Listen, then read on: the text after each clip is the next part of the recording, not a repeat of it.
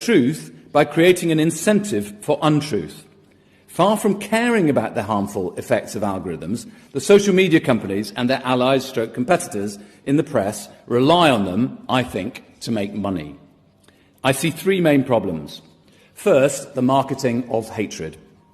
The case of Prince Harry and Meghan Markle forcefully makes the point. The data analyst's bot Sentinel looked at 114,000 Twitter posts about the couple since January 2020 and found two things. Firstly, that 55 accounts had been set up solely to post negative material about them, and 28 more accounts had been set up to amplify those messages.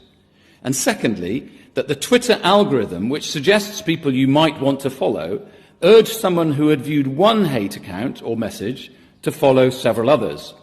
These 83 accounts were responsible for 70% of the negative content targeted on the couple.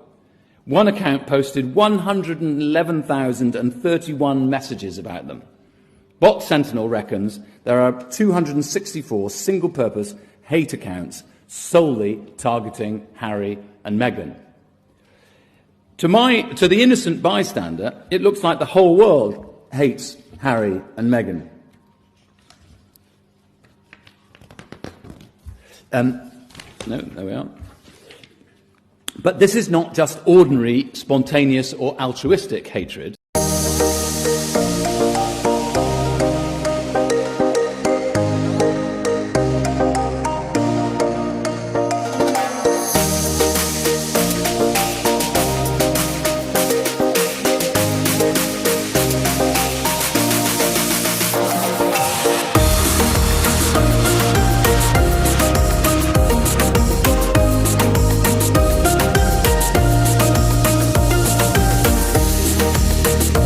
Greetings, dear viewers.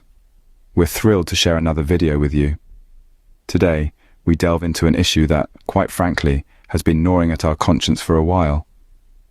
We'll critically examine the media's treatment of Meghan Markle and Prince Harry, with a particular focus on Vanity Fair. Are they merely subjects of clickbait, or is there more to this narrative? Join us as we peel back the layers. Remember, we're here to shed light on the truth, so don't forget to hit that subscribe button. It seems Vanity Fair has joined the league of media outlets targeting Meghan Markle and Prince Harry. It's a sad and disconcerting reality that we are witnessing in this day and age, where a renowned publication like Vanity Fair chooses to stoop so low. Instead of focusing on meaningful journalism, it has opted to ride the wave of controversy and join the bandwagon of those who unfairly target Meghan Markle and Prince Harry. And what is this all about? Profit. Vanity Fair has found a goldmine in the Duke and Duchess of Sussex.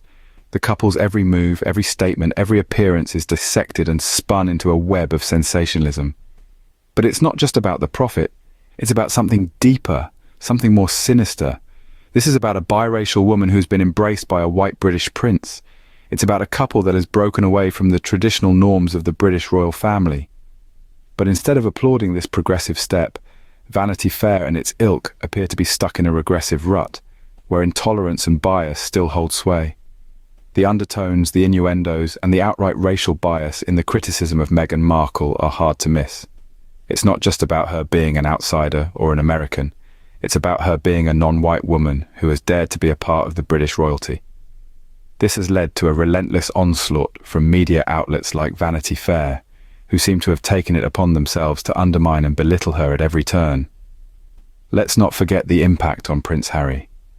He has had to witness this unjust treatment of his wife, this blatant racism that has been served up under the guise of journalism. It's a disgrace, it's unfair, and it's high time we called it out. We need to question this narrative. We need to challenge these media outlets that are peddling prejudice and bias under the disguise of news. We need to hold them accountable. We need to stand up for Meghan and Harry, who have shown nothing but courage and resilience in the face of such adversity. It's high time we question these narratives being peddled by outlets like Vanity Fair. This unfair treatment isn't isolated to Vanity Fair alone. No, my friends. The harsh reality is that it permeates through a vast number of media outlets, each one seemingly more eager than the last to unfairly target Meghan and Harry. It's a shadowy dance of double standards, where the royal couple is constantly held under a harsher spotlight than their counterparts. Consider this. Meghan and Harry's every move, every word, every decision is scrutinized, dissected, and often twisted into a narrative that suits a clickbait agenda. And yet, when other members of high society or celebrity circles engage in similar or even more scandalous behaviors, the media often turns a blind eye, or at most, offers a fleeting, shallow critique. These glaring double standards are not just unfair, they're a dangerous game that's being played at the expense of real people's lives. Meghan and Harry are not just figures on a glossy magazine cover or characters in a tawdry tabloid story. They are real people, with real emotions and real lives that are being affected by this relentless media circus. Think about how this would feel. Imagine your every move being watched, your every mistake magnified, your every success downplayed. It's a life under a microscope, a life where privacy becomes a luxury, a life where you're constantly on the defensive. It's not a life any of us would choose, and it's certainly not a life anyone deserves. The media's role should be to inform, to enlighten, to engage. Instead, in the case of Meghan and Harry, we see it being used as a tool to divide, to incite, to profit. It's a sad state of affairs when the media, which has the power to be a force for good, chooses to wield its influence in such a destructive manner. Let's not forget that behind the headlines, Meghan and Harry are real people. They deserve the same respect, the same privacy, and the same fair treatment as anyone else. It's high time the media remembered that. Even notable figures like Bryant MP have voiced their concerns. The Member of Parliament for Rhondda in South Wales, Bryant, is no stranger to the intricacies of the media landscape. Having served as the Shadow Minister for the digital economy, he is well versed in the power of the press and the potential harm it can cause when wielded irresponsibly. During the 9th annual Leveson Lecture, Bryant took a firm stance against the media's treatment of Meghan Markle and Prince Harry.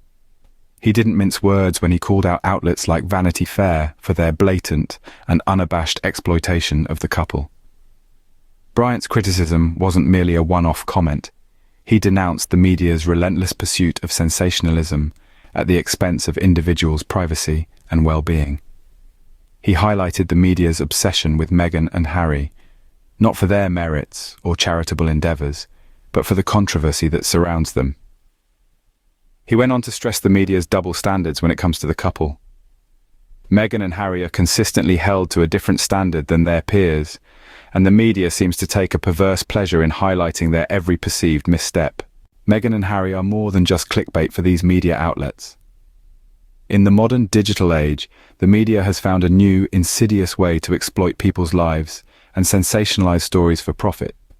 It's called clickbait. But what does this mean exactly? It's an online content strategy used to entice readers to click on headlines, often overstating or misrepresenting the truth. And unfortunately, Meghan and Harry have become prime targets for this strategy. Their lives, their struggles, their love story are all paraded across the internet, twisted and turned into sensational headlines designed to draw in readers. This isn't journalism. It's exploitation. These media outlets aren't interested in telling the truth or in reporting fair and balanced stories. They're interested in one thing only: profit, and they're willing to stoop to any level to get it. What's worse is that this isn't just about making money. It's about controlling the narrative, shaping public opinion, and perpetuating harmful stereotypes. It's about turning Meghan and Harry into commodities, into products to be bought and sold. They're not seen as people, but as clickbait. But let's call this out for what it is: an abuse of power. The media has a responsibility to inform the public, to report the news, not to manipulate it for their own gain. By using Meghan and Harry as clickbait, these media outlets are not only exploiting their personal lives, but they're also betraying the trust of their readers. They're contributing to a toxic culture that values sensationalism over truth, profit over people. This isn't just unfair to Meghan and Harry. It's unfair to us, the readers, the public. We deserve better. We need to demand better from our media, and that starts with holding them accountable for their actions. Because Meghan and Harry are more than just clickbait for these media outlets. They're human beings with real lives and real struggles, and they, like us, deserve to be treated with respect and dignity. We've covered a lot of ground today, and we appreciate your time. It's been a journey, hasn't it? Unraveling the layers of media manipulation and the unfair treatment of Harry and Meghan by outlets like Vanity Fair. we've delved into the double standards and the blatant abuse for profit. It's not an easy subject, but it's an important one. The media's role in our society is to inform, to enlighten. But when it becomes a tool for exploitation, for stirring controversy and hatred, it's time we all took notice. And not just notice, but action. We've seen how Bryant MP has stood up against this kind of abuse. It's now up to us to keep this conversation going. So let's not let this be the end. Let's continue to question, to challenge, to demand better from our media. Let's remember that every click, every share, every comment we make feeds into this system, and it's in our power to change it. And most importantly, let's remember to support those who are unfairly targeted, like Harry and Meghan. They're not just headlines or clickbait, they're individuals who deserve respect and fairness, just like all of us. Don't forget to subscribe, like, and share our video. Until next time, take care.